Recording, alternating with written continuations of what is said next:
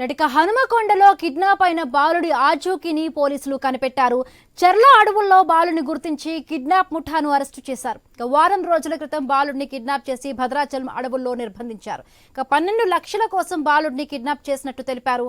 దుండగులు నిందితుల నుంచి ఆటోతో పాటు పెట్రోల్ను స్వాధీనం చేసుకున్నారు.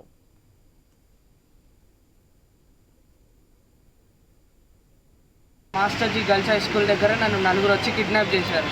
2 మగోళ్ళు 2 ఆడోళ్ళు. వాళ్ళ దగ్గర కత్తులు, పెట్రోళ్ళు, ఆటోలో కర్రలు అవన్నీ ఉండే. అయితే పట్టుకెళ్తూనే నన్ను బెదిరించేది, తిట్టేది. తర్వాత అక్కడికి భద్రాచలం అడవులలోకి పట్టుకెళ్ళారు.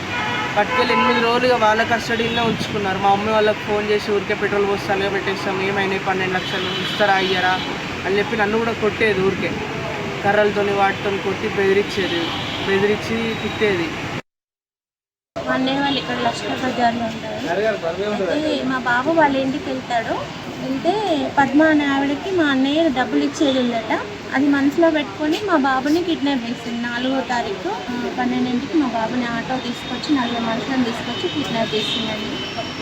తీసుకెళ్ళి భద్రాచలం అడవులలో పెట్టి మాకు కాల్ చేసింది. మీ అన్నయ్య కింద డబ్బులు తెచ్చేయకపోతే మీ బాబుని చంపేస్తా, పెట్రోల్ పోసి తల్లిగా పెట్టేస్తా అని బెదిరించండి. మేము వెంటనే పోలీస్ స్టేషన్కి వచ్చి కంప్లైంట్ ఇవ్వడం జరిగింది. మా తమ్ముని కిడ్నాప్ చేసి పద్మ అనే ఆమె తీసుకొని వెళ్ళి ఆమెను భద్రాచలం అడవులలో తీసుకెళ్ళి ఆమెను ఫుల్ టార్చర్ చేసి కొట్టడం, తిట్టడం, ఫోన్ చేసి మాకు 12 lakhs ఇవ్వాలి, 12 lakhs ఇవ్వలేదు అంటే మా తమ్ముడు పెట్రోల్ వస్తే అట్లా పెట్టాలి. మేము ఆ రోజు నైటే మళ్ళీ పోలీస్ స్టేషన్కి వచ్చి కంప్లైంట్ ఇస్తే వాళ్ళు మా కంప్లైంట్ తీసుకొని మా తమ్ముని తీసుకొచ్చేసి